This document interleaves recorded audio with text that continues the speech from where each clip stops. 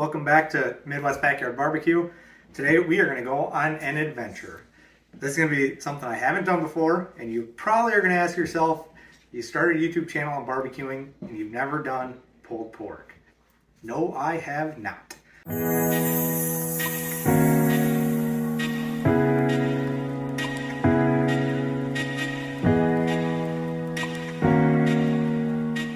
So, watched a few videos on it though, and pretty much seems like as long as you don't overcook it, you can't mess it up. So this is just going to be how I do it based off of hundreds of other YouTube videos that I've watched. And we're going to see if it turns out. Hopefully it does.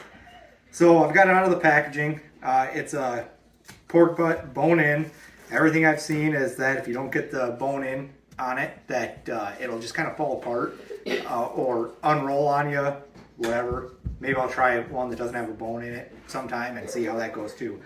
But then kind of looking around, seeing what we've got for any tags hanging off or any kind of spots that might burn. Like this one seems like a pretty good one to go ahead and get off. Once again, a sharp knife is nice. Sharp knife, cold meat, kind of makes it a little bit easier. And then on the back here, or the top, the fat cap, there's not really a whole lot. It's not super thick. The one thing that I think I'm going to do is just score it and let some of the seasoning get down in between, give it a little bit more surface area.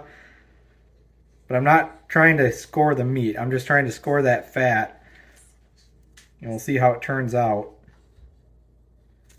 So score it that way and then come back across it.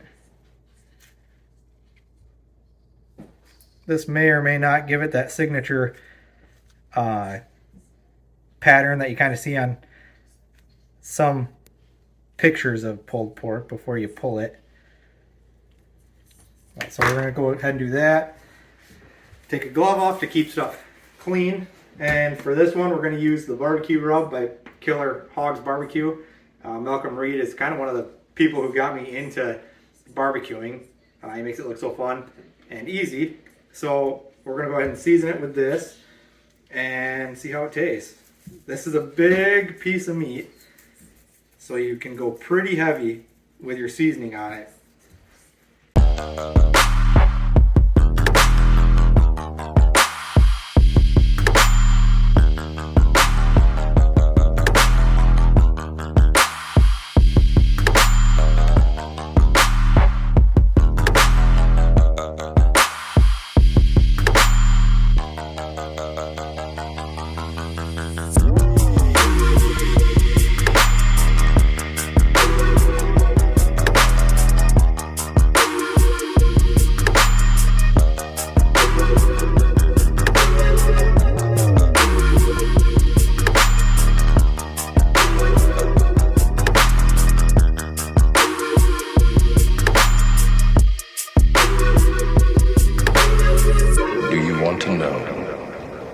To know what it is. Alright, so now that we have it seasoned, all the sides are seasoned, it's on pretty heavy. We'll give it, you can do this the night before, let it get ready, anything like that, but you want the juices to kind of get pulled out and absorb the moisture, or the seasoning that you just put on there. So I'm going to give it probably 15-20 minutes since I want to get it on the smoker here pretty soon. And then we'll get it on the smoker. It'll start out at 225. I got something else on the smoker right now. So we're just going to end up throwing it out there at that temperature. Once that finishes, we'll see what we need to do. All right, now we're back out here at the Z Grill's pellet grill. We're going to get the pork butt for pulled pork on here. It's going to be at 225 to start with because I got a couple of racks of ribs on here that I'm going to get those cooked down. Like I said, it seems like you really can't mess up pork butt from everything I've seen. As long as you don't overcook it. So we're gonna get it put on here. You can't really see it because of the seasoning, but I got the fat cap up. And we're just gonna let it go. Once the ribs get done, we'll start messing with that. It's gonna take quite a bit longer, so we'll go from there and keep an eye on it. All right, so now we're out here and the pork butt We're in about 2 hours on it, so I'm just going to spritz it. This is just a homemade concoction of just apple juice and some water. And not wanting to get too much on the fat here, you can kind of see where it's got the score marks on there. Maybe you can't. Just trying to hit the meat, keep it nice and juicy. Because the fat will cool down if you hit it with the cold liquid. We'll go ahead and leave that be. I'll actually throw the temp probe in now. Just go right for the middle.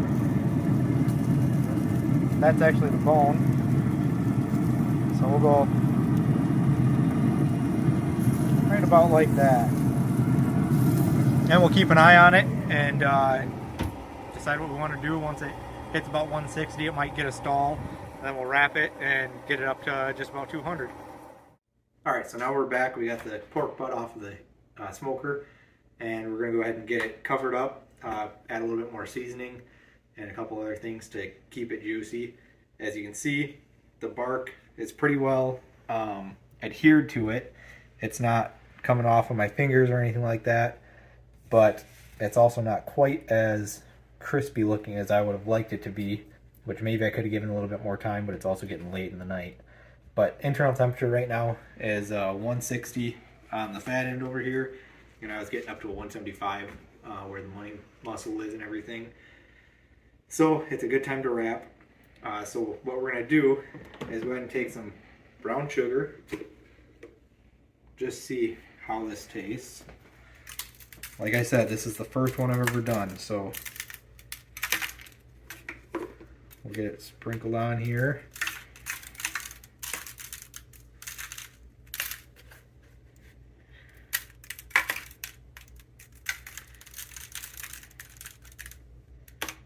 A little bit in this corner. Okay, so we'll do that. Then we'll take some pads of butter here, set them just up on top.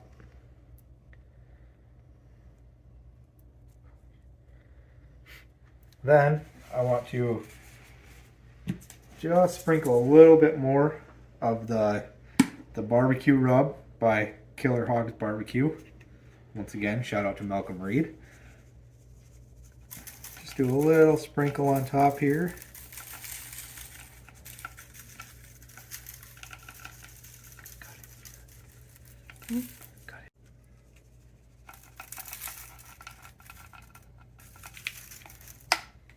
Alright, now I want to add a little bit of heat to it, so I'm going to do some of my own cayenne pepper.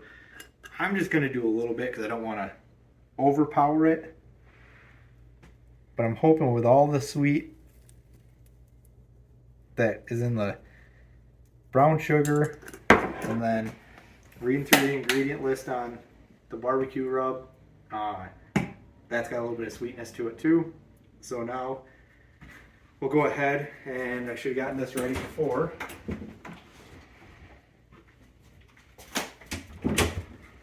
We'll do some aluminum foil. Probably gonna have to do 2 pieces.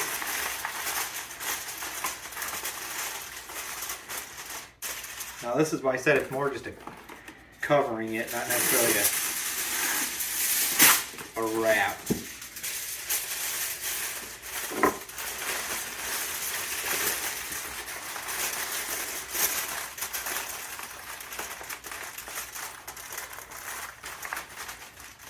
So we got that, and now that it's covered, really the smoke and everything isn't going to be getting into it. So now you can cook it. If you really wanted to, you could throw it in your oven, from what I've seen, and it makes sense from my experience with barbecuing.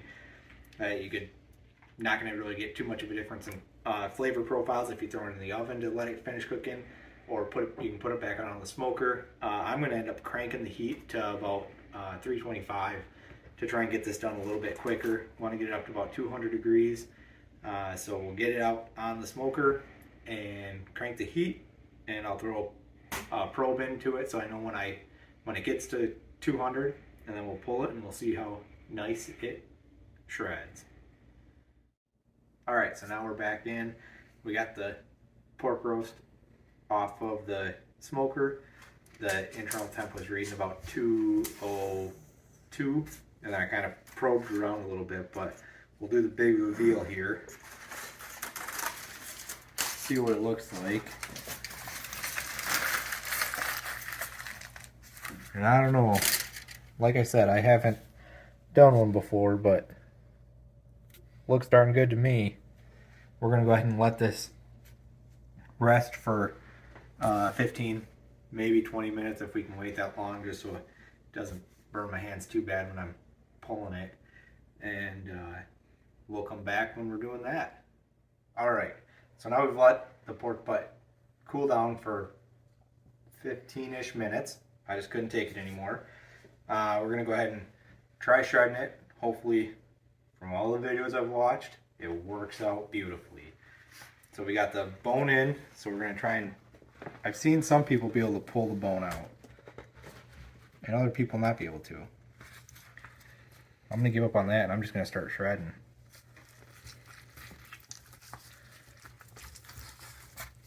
So we got the money muscle down here from what I'm being told. Right over here. Oof, that just falls apart.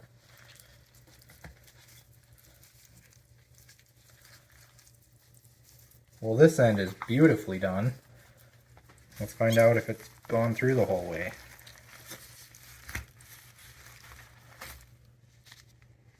It's a clean bone if I've ever seen one. Alright, set that aside. And now we'll just start ripping and tearing. Oh, that's hot.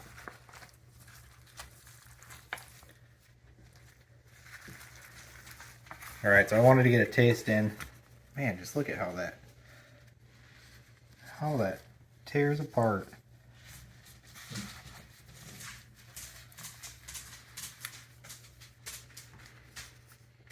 It's definitely got some areas where it doesn't tear apart quite as easy, but it still just feels wonderful. I was always worried I was going to have to get a, not necessarily worried, I just thought I was going to have to get one of those claws or something to rip it apart. And it turns out I don't. So I'd say this was a success. If you do this, I would definitely suggest glove liners, because even through the glove liners, it's getting hot on my hands. But that's enough shredding for now. I'll probably come back and do it a little bit better in a little bit. I'll go ahead and take a glove off. I'll take both gloves off. Take the liners.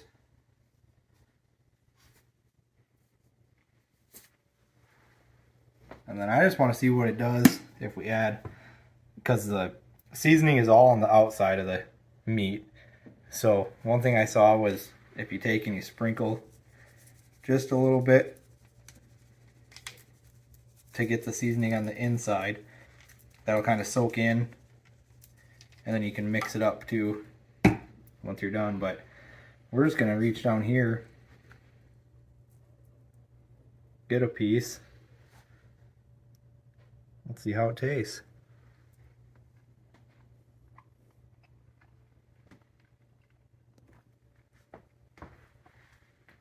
That is good. I got a little bit extra fat on that one, so I want to see how the meat is.